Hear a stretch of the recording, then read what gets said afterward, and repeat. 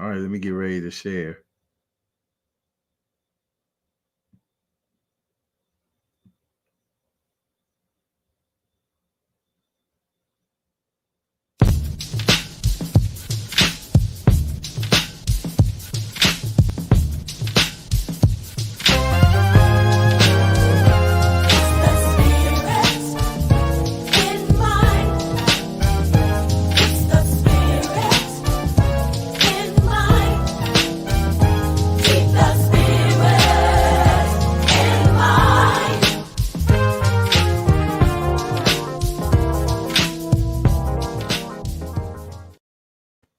Well, great day, everyone, and welcome to Spirit in Mind, where we discuss current affairs with faith and mental health perspectives. I am Bishop Guy Robinson. I count it a blessing to be with you today, and count it a blessing to have my colleague with me.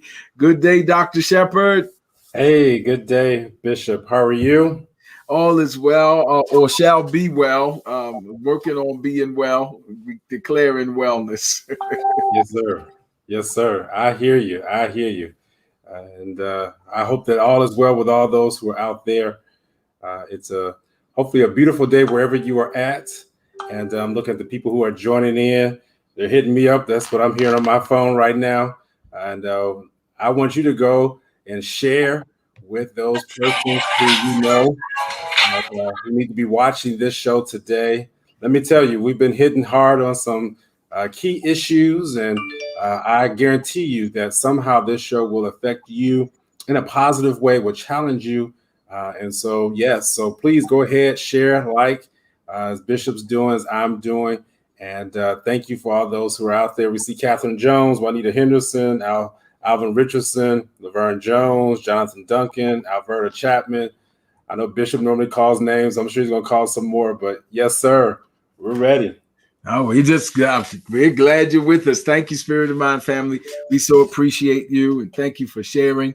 And thank you for watching. Of course, we have several venues. Some of you are watching by YouTube, and some are watching by FaceTime and our VidFlex channel. We're grateful for the VidFlex Spirit in Mind on VidFlex TV. And so we're grateful for any way you're joining us today. And please feel free to share with someone, because again, as Dr. Shepard just said, we believe this conversation is going to address something that we've been living, feeling, or dealing with this week. This has been a particularly complex week in several ways, and several things that are happening on local, municipal, and national levels, and really worldwide levels, beginning with the pandemic, which literally means all people. And so Dr. Shepard usually gives us an update. And Dr. Shepard, it's in your hands, sir. What do we need to know in terms of update? And then we'll move from there. Yeah, it's so much, Bishop. I tell you, these updates, it's amazing. Isn't it something how each week you feel like, okay, we finally got to the end of something and we're able to move forward, but yet there's something else that comes on around. Before we started, I even had my mask on. I had stepped outside, and so we got to remember to still have our mask on. We still got to remember. I double mask now, so you see this. Then I'll put something up over that just to keep it, honestly, this is how I'm going out. And it's hard, to even recognize people who you haven't seen. And then when you encounter them with a mask, it's like, oh, who are you? It's I understand, but this is what we have to do. Even if you've been vaccinated. That's the thing about it, Bishop. Just because you've been vaccinated does not mean that you are immune to the coronavirus. I just put up, I want you to go to my Facebook page, social media pages. I just put out some facts today that in the midst of how many millions of people who have been vaccinated thus far, thank you so much. I tell you, there still are, I think it's about 5,800 people. These are 5,200, 5,800. I can't remember the exact number. People who had what's called breakthrough infection.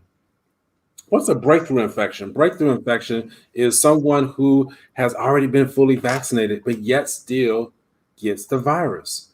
You have to understand that just because you've been vaccinated does not mean that you go out and do whatever you want to do, be willy-nilly, as they say, or take no precautions, throw caution to the wind. You have to still continue to mask up, still got to keep your hands clean. You still got to watch your physical distance. You got to make sure you're doing those things, because the vaccine is not 100% proof or 100% effective. It's not going to kill the virus from everyone. When I mean by kill the virus, when it enters your body, because the virus can still enter your body. What the vaccine does, it prevents it from becoming infectious to the point to where it causes you to have the real life disease and or hospitalizations. So that's interesting how the vaccine just allows the infection to come in, but it doesn't allow the infection to take hold. All right. So I'm sure Pastor Bishop can, even spiritualize that, because that's a whole word in itself, that things will encounter and things will enter into you, but they don't have to take hold. You have to have something that knows how to propel and be able to attack that vaccine so that it will not take hold and cause you to now have the full life symptoms. So Baltimore and Bishop, we're going to kind of go back and forth a little bit on this segue today, because there's just so much. Baltimore has now become another hotspot. It was just in the Baltimore Sun yesterday that Baltimore City is starting to see peaks that rival what we saw in the wintertime. We have to be aware, Baltimore, that it is not time to, again, throw caution to the wind. Why are we having these peaks, Bishop? Is because there are people in their 20s, 30s, and 40s who have not been vaccinated, and the variants are taking hold. And with the variants, it's taking less of the viral load to make people infectious. Yeah. And with the less of the viral load, is actually even causing more symptoms and even worse outcomes. So that's interesting. Less viral load, but worse outcomes. So we have to be aware. If you're living in the Baltimore area, I know that we have people who watch us across the country. So know what is going on inside of your region. But yeah, that's just a little bit about on the coronavirus side. But I'll tell you, Bishop, and we're going to get into this as a Black man, I struggled this week. This was a hard week, hard week, Bishop. I'm not sure how you fared this week, Bishop, but it was hard. Yes, indeed. And several, it's like, where do we begin? But I do want to say on behalf of, even as it concerns the update that was so very helpful, that as these situations are in flux, is very important. And we discussed this earlier, that persons have a kind of fluidity in planning. That is mindful that, if ever there were a time that we were living Proverbs 19 and 21, Proverbs 19 and 21 says, many are the plans in a man's heart, but it is the Lord's purpose that prevails, which is sort of, so plans can change as larger pictures dictate. So as you were saying, be mindful of those. You could any day now wake up and have a press conference that gives an update based on research that's been done, unbeknownst to us, that kind of changes the way we operate. And so we want to be able to have some fluidity. And I think that's so very important, even as the body of Christ. Some weeks it may be we plan to do this, and then the Lord speaks another way, through municipal information, through public data, through medical awareness. All of these things, what it means to be spiritual, in part, is to be able to interpret natural phenomena with kingdom-minded awareness. And so God has several ways of speaking, as he showed the prophet Elijah, whether it be through the earthquake, the fire, the still small voice. God has different ways of speaking. And part of what it means to be in tune to the Spirit is to be able to understand the times, to interpret things that are going on with a prophetic ear. And so So as things are fluctuating, give some liberty to your spiritual leaders would be my request, because as a hearing from God, as men and women of God, you plan, and then plans change, and then you plan, and then the Lord's purpose prevails. Yeah. And so as those things are in flux, continue to pray. Continue to pray for each other. Continue to pray for those who are in leadership, not just our civic leaders, but pray for our spiritual leaders as well, as we're all trying to navigate through some very fluid times that can change. If ever we were living that moment of the hymn, time is filled with swift transition. And the only constant, as the Greek philosopher said, is change in some seasons. And so please continue to be aware of that. Even as Dr. Shepherd gives these updates from week to week, they have different nuances. The numbers in the report from last Saturday, last time we shared, is different from this one. Yes. There was no report of a spike last Spirit in Mind, but now here we are just a week later. Wow. With this update. So swift transitions, we have to be prepared for those. Yeah. And we have to make sure that we understand that people are going to be anxious, and we have to allow some grace for that. So even if you invite them to come to your house, you invite them to come to a social gathering, you invite them to come to something that you feel is relatively safe and there's going to be a small number of people, you have to give people grace to say, you know what, I'm just not comfortable. And you have to be okay with that. I may not be comfortable yet to returning to in-person worship. I may not be comfortable yet with doing something that involves a group of people. And we have to know how to be able to help people to move through that anxiety, not cast them out, and bash them and say, well, you just don't have any faith. You just want to be obstinate. You just want to be difficult. You just want to be scared. No, we have to we have to really move with sensitivity through this time and recognize that people are anxious, but yet we have a word that can relieve some of the anxiety. That's why we do what we do every Saturday. We help to bring some relief, but we can't bring the relief if we don't hit the subject. So that's why we hit the subject, and then we provide the solution, or at least some type of ease, so that you can get through that problem. Yes, absolutely. And so that takes us to not only is there the fluctuating numbers and the fluidity of the situation of evolving around the pandemic, but in some ways, I was in some conversations this week, see that in some ways it's so reflective of so many other things that are going on. Yeah. As was said earlier, sometimes it's exposing pre-existing conditions and pre-existing disparities and all those kinds of things. Some things were already in operation and are being highlighted by way of this season we're in. And so there's a lot going on in terms of, is your question, Dr. Shepherd, was how did it feel as a Black man this week? It's a lot going on in terms of things that are triggering emotions and feelings this week. Just with there's the mass shootings, there's the police involved shootings, and how does that feel?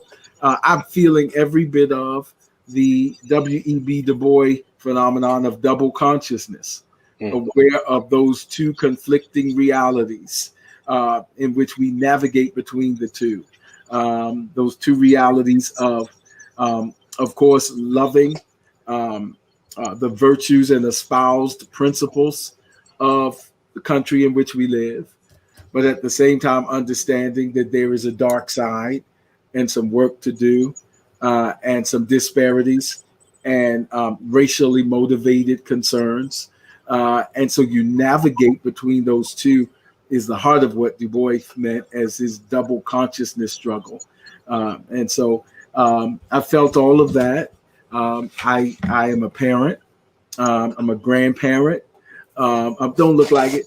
I'm a grandparent. Sorry, that's my issues coming up. But I'm a grandparent and of males, of black males, and I have concern, and I find myself praying for them, praying for them like Job did. Bible said Job covered his children just in case they didn't have enough wherewithal to pray.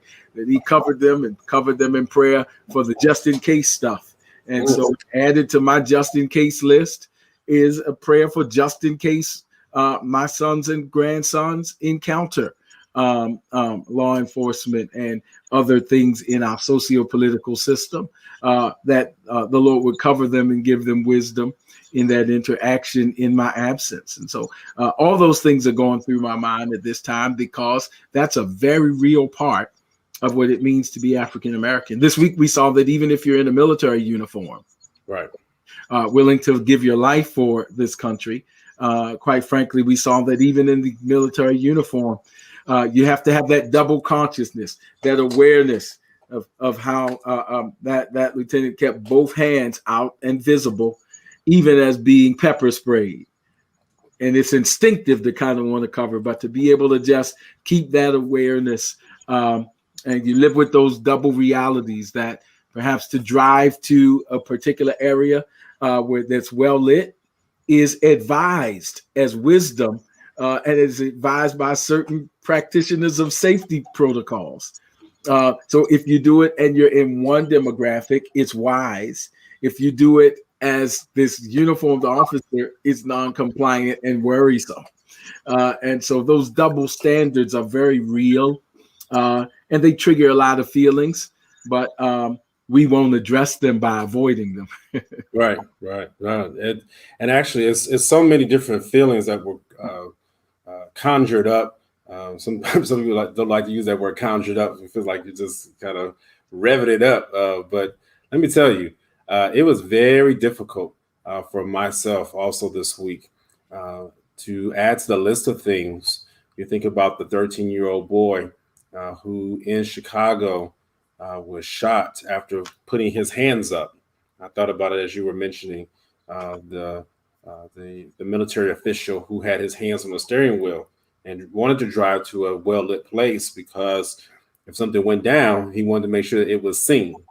And that's unfortunate that we have to do that. But yeah, but here it is, the 13-year-old boy, regardless of why he was out there, that's what we have to understand. Some people want to say, well, why was he out there, or was he doing something wrong? Many of us have done something wrong. Many of us have done things that we are not proud of, but we're not shot and killed to death because of those things. And even if it was a misdemeanor, even if it was a felony, there should not have been a reason to take his life for that particular injustice. And again, we don't even know if he was out there to do anything wrong. But the fact of the matter is, when you put your hands up in a surrender position, and yet it's still fired, or yet if with a Dante Wright, you're trying to get back in the car and the police officer is shouting taser, taser, and yet still the taser is not fired, but a loaded gun. That people struggle with that. There were some things that even as I shared with some of my colleagues on another show, they said something that really was profound for me, Bishop, and something I'm going to continue to kind of chew on and talk about. They challenged me and others to just sit in what I have and what you've experienced this week.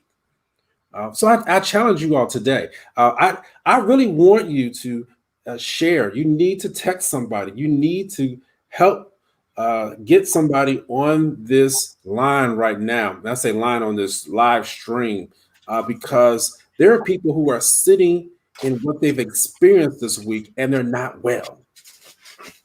When you sit in what you've experienced this week, it challenges your mind. It really challenges your mental faculties, because you look at what you believe and you look at what has happened. And that's where, if you don't have a faith component, if you don't know how the Lord operates, and if you don't have a relationship with him, you will be all over the place. And even if you do have a relationship, there will come times when your mental faculties and how things occur, you'll wrestle with that.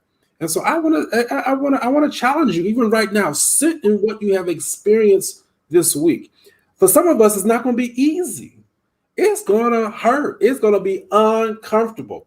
I sit in what I've experienced this week, and it doesn't feel good. It does not. What Bishop just described, what I've just described, it doesn't feel good. But what I am encouraged by, and it really relates a little bit back to what we were discussing with the coronavirus. One of the things that has come out, and I'm not digressing, I'm staying on track here. What's come out in the coronavirus is that we're probably going to have to get a booster shot 12 months after the second shot. That's what has been said from Pfizer. And so people, well, why we got to get a booster shot? I thought once we got this, we're just done with it. Hold up, people. Sit in what you've experienced this week. We have to understand that we get a booster shot every single time we come into the presence of the Lord. That's what that thing has been resonated within me, Bishop, is that I get a booster shot every time I come in. What do you mean I get a booster shot? I hope that you are still not in the same place in which you were when you first committed your life to the Lord. I hope you're not. I pray to God that you're not.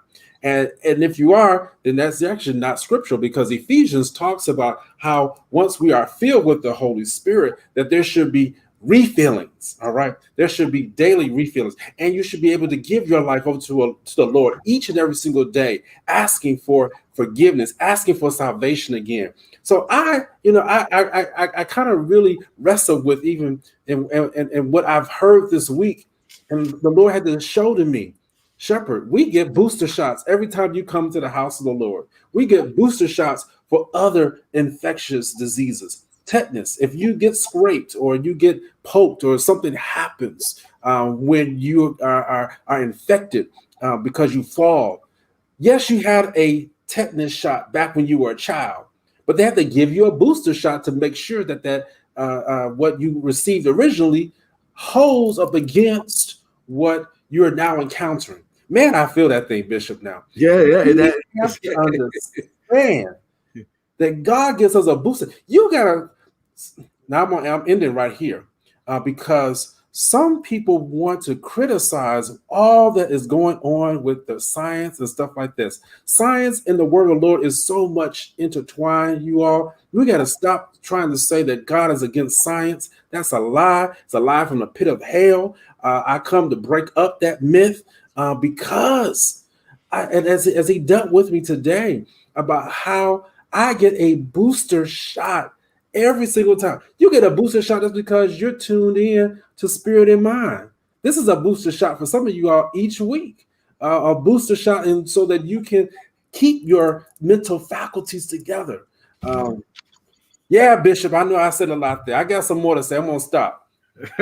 You right, no, Dr. Shepard, we appreciate it. You raised several things that are so important to our discussion today on apparently losing but staying on top, and we qualify the word losing. It's in quotation marks, but one is we started out talking about the complexity of this week and so many things that are happening. And so our question is, and Spirit of Mind audience, you may, our family, you may certainly want to chime in on this. We were just talking about how it feels to watch the news this week, particularly to identify by way of identity as an African-American male. How does that feel? I want to distinguish that and emphasize that, because sometimes in these issues, we can avoid our feelings by getting involved in the legal debate or the political debate.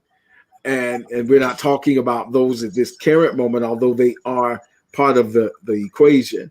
Mm-hmm. But we're talking about Dr. Shepard's question to me was, how does it feel to sit in that place, to acknowledge that it raises some anxieties, to acknowledge that it raises some avoidance, if you whatever, or what, to acknowledge that it may involve some vicarious struggles that we feel as if we were actually in the moment.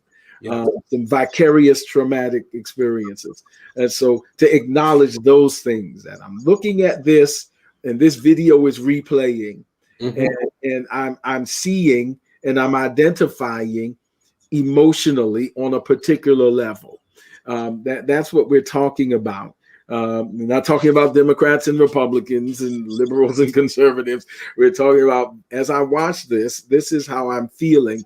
And this is the ideology or the social location from which I am identifying with this particular moment. I'm looking at this and thinking this could be my son. This could be my grandson. This could be me. This could be someone about whom I care, someone whom I love. So we're talking on that kind of sitting with that emotional reality, that is a part of our humanity, and we're empathizing even as we are sympathizing. We kind of putting ourselves in that world. And so that's one. And then, so some of you may, please, spirit in mind family, as you feel led, say, I'm concerned. I'm not concerned. This is making me anxious. Can't believe we're still here. I don't want to put feelings in your feelings, but I just want to give examples of ways of acknowledging that this moment is having some kind of cognitive emotional effect in my experience. And so that's one when we're talking about all the things this week, whether it is the police-involved shootings in Chicago, or whether it is the Duante Wright situation. I am concerned, and so those kinds of things are what we're talking about. The second is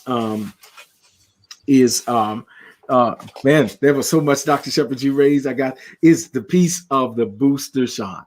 Yeah, it applies to so many things because the scriptures use this the physical body as representative of spiritual truths. Paul compares us to the body of Christ and this kind of interdependence. And so you really can indeed learn many things from natural phenomenon. The spirit world, from a theological standpoint, encompasses all. And so you brought that to my mind, Dr. Shepherd, that sometimes we can forget that one of the attributes of God is omniscience, which literally means omniscience, which literally means all science, which means that it is the perfection of knowledge. We have portions of those things, of those attributes. For example, God has omnipotence, all power. We have some power because we're made in the image and likeness of God. God has all power. We have some science. God has all science. And so they certainly don't have to be in contention. They just have to be in respective order. So that's very important to have that. But being in order is not to be in contention. And so that booster shot piece is so very powerful that you just shared. And I'll stop here because it is. We live in a very, very dualistic world that likes that simple problem solution. Give me a pill, take it, it's gone. We live in a world that likes that real reductionist kind of approach to our experiences. But the truth is that there are many times, even in scripture, when Jesus healed things progressively or therapeutically, inclusive of the history of creation. It took 42 generations for the Messiah to come. And then he comes and he dies and he ascends and he says, wait for the promise. And so we have to wrestle with those. So there's the messianic promise, This is the pneumatological promise, or the promise of the Spirit. And so, who will lead and guide you into all truth. So we have to wrestle with those things. And so these continual booster shots, if you will, that we might, as Peter said, grow in the grace and knowledge of Jesus Christ. The same Jesus who told the lepers to go to show themselves to the priest. And the text says they were healed as they went. Mm-hmm. There's a progressive development there. The same Jesus who touched a man who was blind and said, "Do you see anything?" Right. and he said, I'm better. I see men, but I see them as trees. Mm-hmm. And then he touched him again. There's the booster shot. Right. and so there's this progressive kind of thing, which means that sometimes we need another touch. Mm-hmm. A second touch, and so these are the powerful things that come with that. We are all works in progress, even as we are justified, saved from the penalty of sin. We are being saved from the power of sin, in that we are justified. We are being sanctified. Yes, which is a continual booster shot until we are glorified. Yes, sir. And so, and that includes, to bring this full circle, that includes whenever you have an ideal and then a practice, you will need booster shots. Mm-hmm. Justice, equity, equality, coexistence with justice, equity, and equality, where people are judged by the content of their character, as Dr. King put it, not the color of their skin. These are all ideals to which we aspire. Mm-hmm. But moments like this week continue to remind us that we still need booster shots, mm-hmm. that we are not a post-race society. Right. And much as that is the ideal to which we aspire, that would be the glorification, if you will. Mm-hmm. But until then, there is very much a work of sanctification.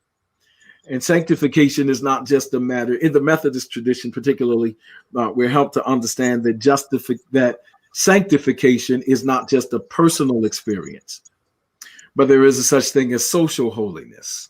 Mm. And so we are still in the pursuit of social holiness, even as we are still in the pursuit of personal holiness. Mm-hmm. And moments like these that have happened with the shooting of Adam Toledo, and the Duante Wright situation, and the kinds of anxieties that might trigger one in those situations, and the tragedies are very much reminders of the fact that we are still in need of booster shots, mm-hmm. to use your scientific term, in terms of achieving the theological process of social sanctification. Mm. That's good, Bishop. Absolutely. And as we're talking, I'm just amazed by the responses as you look through the comments. And I want this to be therapeutic. We want this to be therapeutic for you, as we sometimes coalesce and we talk about how we want the show to go. We recognize how, for many people, this is therapeutic. This is kind of their form of therapy to get some things out. And we embrace that. We're not shying away from that. So that's why we encourage you to write your comments. We don't want you to be embarrassed. We've got folk from Texas, I see, who are on here, acknowledging them. People are talking about, I'm scared, I'm concerned. It's a trigger for me. Absolutely. It's important to know what your triggers are. I'm concerned, anxious, particularly as a single parent. I understand that. That people are saying that it hurts me to know that there's no way to protect our children from the hate and bigotry toward them just because they are Black. And I hear you on that. So what we have to do, we have to educate. We have to keep up the fight. We have to keep doing what we're doing. When you read these comments, and this is segueing now into what our topic is and has been, we have not lost track of that. It may seem like we're losing. It may seem like, with all that we have discussed thus far, with all that we have shared, that we're somehow losing, that we're behind the 8 ball, that we're somehow regressing. However, we counteract that to let you know it's possible for you to still lose, and yet stay on top. I know that's an oxymoron. That people struggle with that. And Bishop, here's the question that I have for you, and I'm curious, and I'm going to deal with it a little bit myself. But here's the other question that came out of this was, how is it possible to sit in? I've been talking about seats. How is it possible to sit in the seat of success and failure at the same time? How is that possible? How is it possible that I can have one seat over here in failure and one seat over here in success? Is that possible? I know some of y'all may say, well, is that even possible, Dr. Shepard? Well, I want to submit to you, and again, I'm going to go scientific on you. It is possible to have one foot in failure and one foot in success because scientifically, we have in our DNA, we have what's called alleles. I'm not going to get too technical, but there are alleles that make up what's called genotype and phenotype. Phenotype is what is like our hair color, our eye color. And so you get one from the father, you get one from the mother. Genotype, that may help to determine if you have a particular disorder. You may have a genetic disorder, or you might have something that predisposes you to a certain disease within your family. Genotypes is what we study to look at the history of illnesses within a family. But here's really the point. And Bishop, I'm really kind of setting you up to help me answer with this question about being success and failure at the same time. Here's the thing about alleles is that you have a dominant and you have a recessive allele, a dominant and a recessive gene. They coexist within the same person at the same time. But because one is more dominant, that you may see the other one, you may see that dominant one more than the recessive one. How am I making this analogous to what I'm talking about? You can have success and failure at the same time, but if you know that one is more dominant than the other one, it's going to showcase more than the other. Well, how is that possible, Dr. Shepard? How can we have success and failure at the same time? I mean, let's look at it. Spirit and flesh. We wrestle within our own members, as Romans talks about, Paul talks about. There'll be times when you have to continue to crucify your flesh, right? Because there's a war going on in your members. When we're talking about how we lose and how we yet stay on top, I've been asking myself, how is it that I can sit yet in failure, but yet be successful? That's really what that question is saying. How is it that I'm sitting in success, but yet I'm failing over here? Bishop, that's where I'm at. Yeah, absolutely. That's so powerful scientifically, and again, it affirms spiritual principles because it's well. Let me start with the most important thing on the cosmic level. In the macro, in the big picture, as you were speaking, it came to me that we experience defeat from a place of ultimate victory.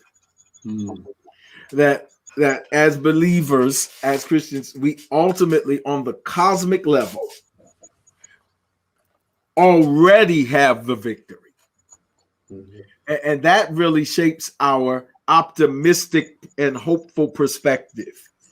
You have to be fully persuaded in our knowledge, or as Paul put it in the epistle to Rome, for this we know. It's an absolute epistemic fact for the believer. For this we know, that all things work together for good. It doesn't say that all things feel good. It doesn't even say that all things are good, but it is saying that all things are being fitted together in a way.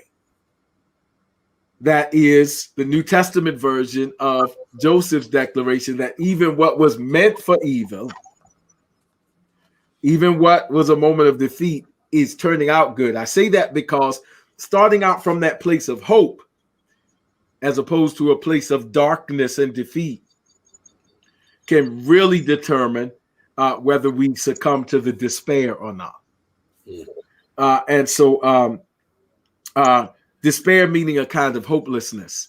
Soren Kierkegaard, who is sometimes credited as being the first Christian psychologist in some historical circles, but Soren Kierkegaard said despair is the sickness unto death. That if we completely abandon hope and lose hope, and that is the hope of glory, the hope of victory, then we're already starting off from a negative place. So on a cosmic level, we already have the victory. We go through things to experience that. And so there's already that place from which we're coming from. Because of that, the gospel already attunes to what you said. The story of Christ, as we summarized or tried to last week, is really the story of failure by worldly definitions. And so that's the first question. How do you define victory? And if victory really ultimately comes from God, as Dr. King said, even truth that is crushed to the ground will rise again. So even when we're feeling defeat, resurrection is never on us. Victory is always because of our relationship with God. And God will not allow our story to end in defeat. Even though we may go through some defeats to get to the place of victory, which is really not a cliche when we say don't give up, because that changes our perspective. Because life is filled with loss and sacrifice. Sacrifice difference is a sacrifice means it's a sacred offering that is somehow going to get a return. But the truth is we cannot grow without loss. We cannot become a high school student without losing the junior high school persona. We cannot become a college attendee without losing some of the high school persona. Again, that's what Judith Voice calls life's necessary losses, the things we must give up to grow up, which is the psychodynamic equivalent of Paul saying, when I became a man, I put away childish things. And so, but it's not losing, it's sacrifice. And it's sometimes stuff that is sacred to us. But if we come from that place, and I'll close here for a minute, but from that place of victory that gives us a hope even beyond the grave, we understand that success and winning is never really because of us. I think I said last week that we can't embrace the idea that winning is not under our control. What we control is our preparation and performing to the best of our abilities. But winning is not under our control, because winning is subject to the performance of others who are also trying to do the same, and the larger spiritual theme of divine purpose. So the question is, Jesus' question is, am I willing to look like a failure temporarily, but maintain my authenticity and identity until God reveals the winner in me? Because ultimately, I'm going to beat this. And consequently, and I'll really close here, that helps us to know the difference between being buried and being planted. Both of them look the same, especially if you're the one going under. But the difference between being buried and being planted is that when you're buried, you decompose. But when you're planted, you develop. And so, but they both look the same. Wow. And for a minute, they are both overwhelming circumstances. Both are going down in some overwhelming conditions, and both appear to be losing. Wow. But what makes the difference is the thing that was buried is decomposing. And the thing that was planted underneath all of that is features are coming out. And growth is happening. and in just a little while, it's going to break surface. Right. Because what buried you can't hold you. If that's not the story of appearing to be defeated, and that's so important for us to go from that place, that I'm coming from a place of victory, going through a season of setback and loss. Wow. But I'm not defined by my setback. I'm defined by victory. Right. Absolutely. All right. Now, I'm taking a minute to pause and let people kind of chew on that, because we have to recognize, are we being planted or buried? And there are some things in our lives that do need to be buried. This pandemic has shown us that there's some things in our lives that need to be buried so it can decompose and fall off of us. But then there's some things that in this pandemic that you planted, and even during the pandemic, let me just say it like this: you may have planted some things even prior to the pandemic, and because the pandemic occurred, you lost faith, you lost sight of what was happening, and now as we are again in the throng still of the pandemic, yet God is going to allow for us to get the booster shot, to get the nourishment, so that it will continue to break through. It'll break through on the surface. I tell you, there's some things that are breaking through in so many of our lives that were planted back in 2019. Some of them before even 2019. And yet you have to go through such a period as such we went through we lost some things. I tell people, and I think I said it last week, loss is the calling card of the year 2020. I know so many people were so, 2020, perfect vision. God's going to give me perfect vision and insight and all this and stuff. But let me tell you, it was really difficult for so many of us. But thank you, Bishop, for allowing us to be reminded that are you being buried or planted? Dr. Shepard, I want to add to that real quickly because you said something important. Just don't, when you are overwhelmed by the situations, which in the metaphor is the dirt of life, don't self-decompose. Self-decompose is, and we've talked about this before, like when the things get dark, the enemy will start trying to convince us to confuse planting and burying. The enemy will try to get us to think that there's no way out, nothing's ever going to spring forth.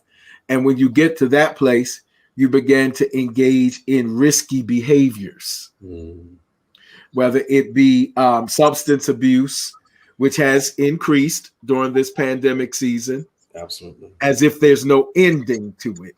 Right. But already living in the beginning, in the end of it, when God's not finished. Right. And then that's self-decomposing.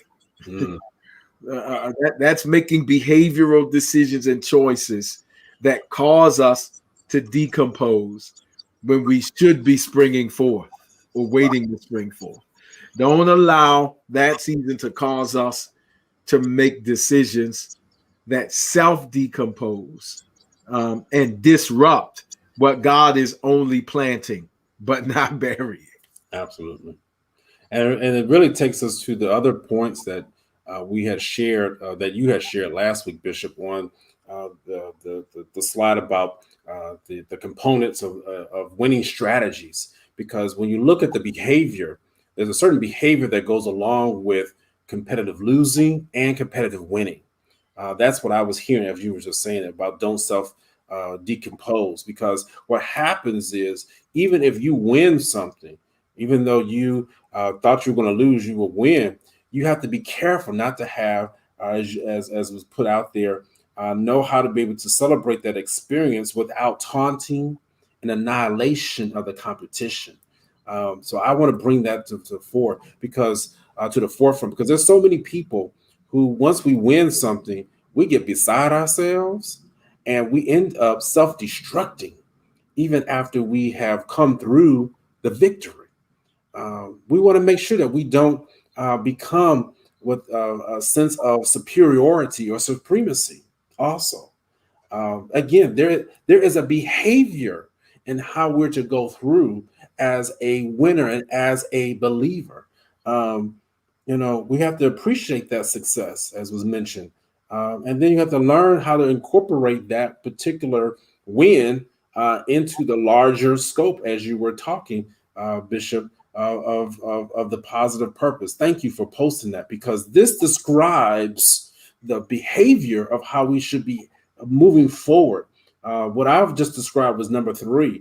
Again, I'm utilizing these words that Bishop helped to put together, but it's always good. That's how you know that you're a good teacher, when someone can come behind you and be able to utilize those same words. But then he also mentioned about the behavior of a loser. We have to know that when you lose, you don't go back and try to retaliate and fight for vengeance. Oh, I know I'm saying something right here. So many of us, we want to. I'm going after that person. They did me wrong. They know I should have had it. They know I deserved it. I can hear some of us right now. I mean, we go down the laundry list of why we deserved the win, and yet, we made all these plans, but it wasn't God's design for us to have that particular win, and yet we go after, we retaliate. We want to make sure that we get that person back. Come on, our behavior has to step up to where God wants us to be. And then we have to not allow that loss to make us think that we're inferior. That's what the other thing was on. I mean, I wish you could keep that slide up, because that slide is powerful. That's what part B is. You don't want to start having an inferior complex. That's the word. That you can literally internalize. I've seen where people have lost stuff because they didn't believe that they could win. They didn't think that they deserved to win. And we have to be able to now incorporate that defeat into the larger scope of the purpose again. It's interesting, and thank you, Mr. Cat. I'm done now. But it's interesting that even with the loss and with the win, we still have to be able to incorporate both into the larger scheme, the larger purpose of what God. That's the commonality with that. So, Bishop, I just wanted to tag in on that. I mean, those are some powerful perspectives that we must keep in line. That if we're going to excel, we're going to even experience the loss, but yet stay on top. These are the ways in which you do it. It's a matter of balance. That really is those things that we put up, and I put that up. And Minister Cat is doing an incredible job staying with us. If you don't mind putting that back up, so we kind of number 2 and number 3 are actually found to be a balance on so many levels. Number 1, and Dr. Shepard nerd out on this later, but it's some fascinating research done in terms of the 3-part brain theory with regards to how we interact as persons, and it's meant to move things forward. In order for life to move forward, this interaction between winner and loser, so to speak, has to go this way in a healthy way, which means that the person who, quote unquote, and you see this exemplified in athletic events, ideally, which is why after the moment they have the 2 teams to line up and shake hands. And pass each other and greet each other. What the idea behind that is really based on some incredible science and anthropological studies, that in order to move forward, the person who happens to have won that particular event has to internalize that in a way that appreciates it, celebrates it, but incorporates it into a larger purpose, and does not become, if you will, vain. If you want to use this term loosely, does not develop some kind of extreme kind of grandiosity about themselves. And so at the same time, the loser, quote unquote, has to understand that I am not an ontologically inferior being. No, you were prepared for this and this competition, but this is about this. Does how I performed on the golf course, or on the football field, or on the basketball court is not the definition of my humanity, or in an election, because there are bigger things. And when people see that interaction, it moves the bigger picture forward.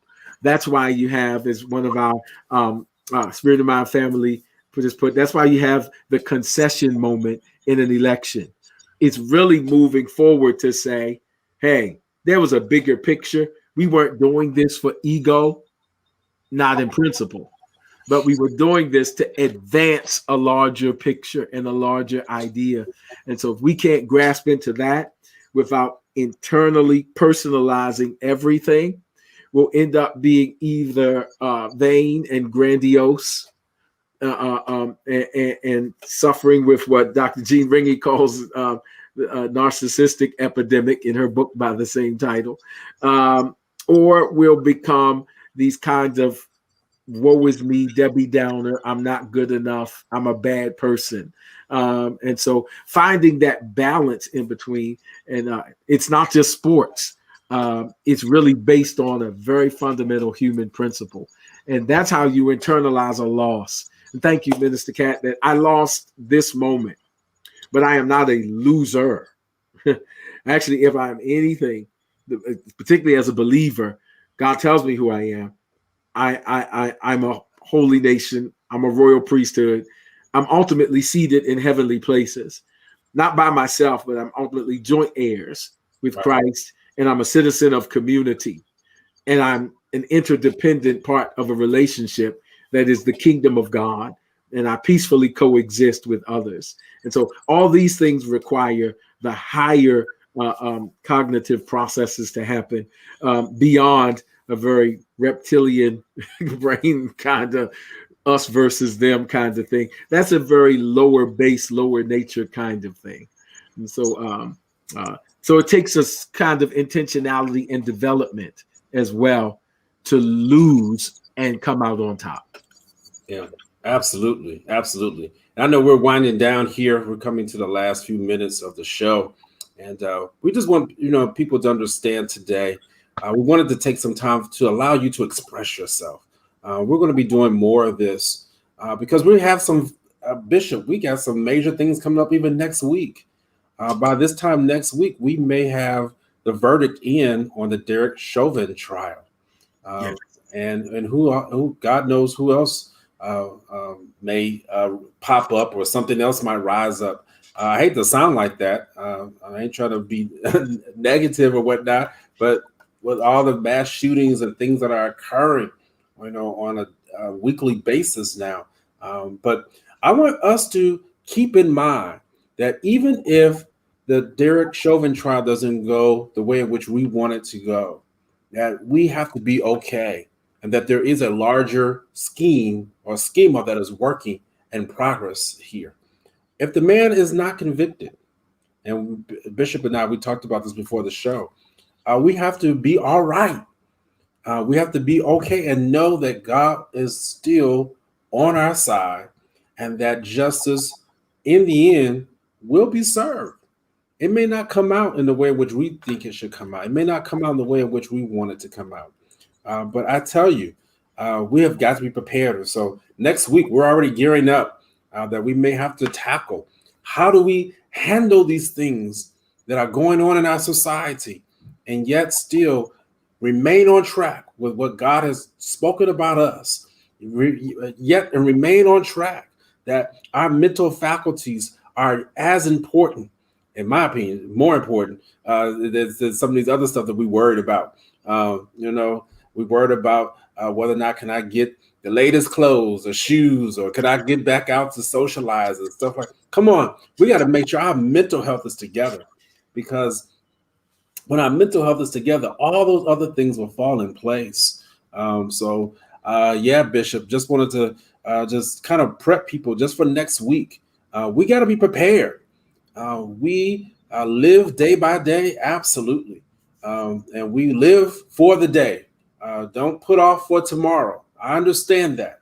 But also, with that said, we must make preparation. That's what Bishop was talking about in regards to the winning. We control that, the preparation and the performing and the performance. And so, in preparation for next week, we have to be ready to be able to swallow whatever pill that the Lord will allow us to encounter as we go through these days upcoming.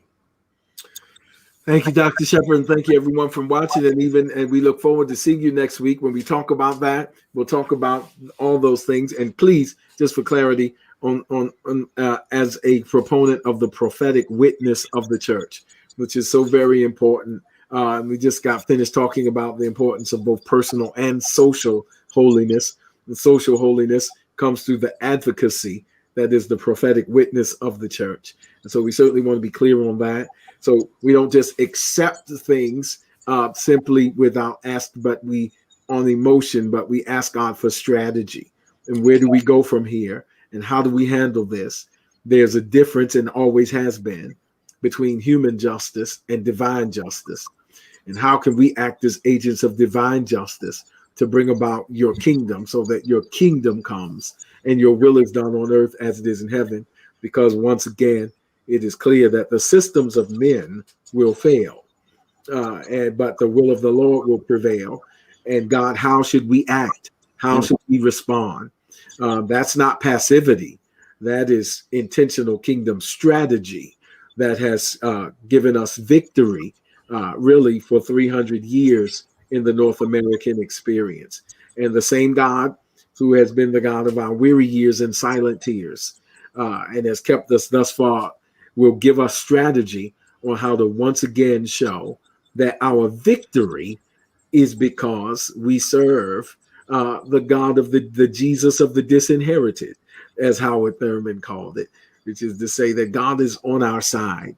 And so we've always had victory, and our victory has never been in the systems of men. Our victory has been on a greater power that has the power to change and uproot and supplant the systems of men.